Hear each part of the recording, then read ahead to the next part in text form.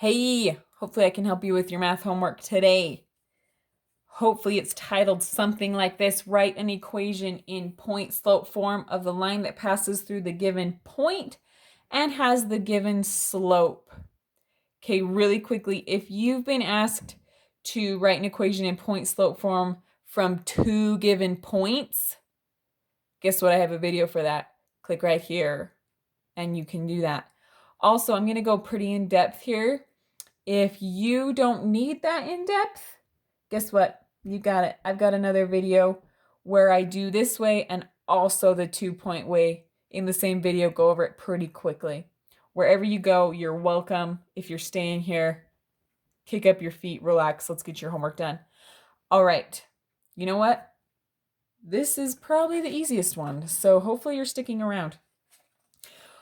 Write an equation in point-slope form. What is point-slope form? Guess what? Does this look familiar? Hopefully. If not, hopefully it becomes familiar. Okay, so they want to know, there's this point that goes through the point 2, 3, and it has a slope of -5, okay? They want to know what the equation of that line looks like. Now, 100 years ago, they would have had to have guessed. It would have taken a long time, maybe. I don't know. Nowadays, somebody came up with this formula that works every time. And so now we use it and it helps us quite significantly. Okay. Now, when I have my answer, this y is going to stay a y. This y will be a number. This m will be a number. This x will still be an x. This x will be a number. Okay? You feeling okay? Now, guess what? We are seriously just plugging these in. That's all we're doing. This is an ordered pair, so in an ordered pair, the first number is always x. The second number is always y.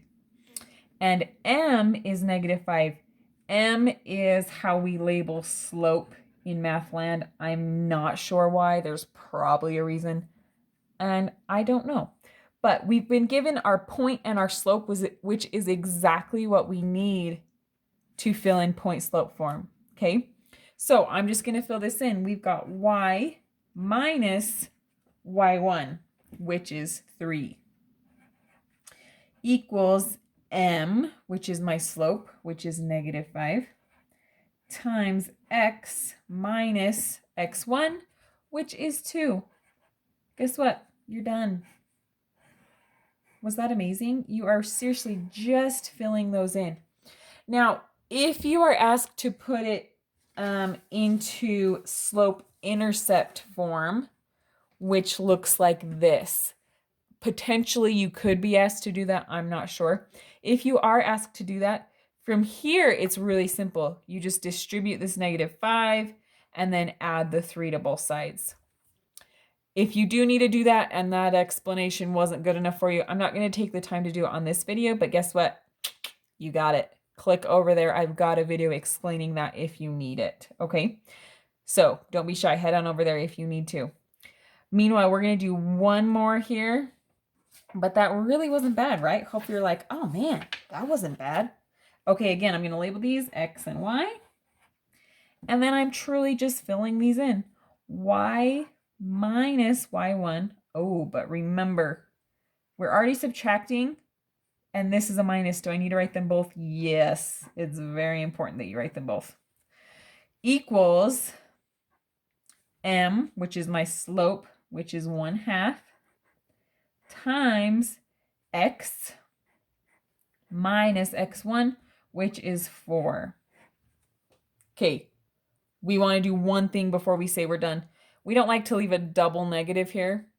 If you've watched my other videos, you've heard my grounding theory. To remember this, when we take away a negative, it's positive. If you're grounded, that's horrible. Worst day ever, right? That's negative. But then if your mom, dad, parental guardian says they take that away, they take that grounding away, they take that negative away, that is a positive thing, right? So we're going to change this to y plus 5 equals 1/2 times x minus 4. And then we are Done.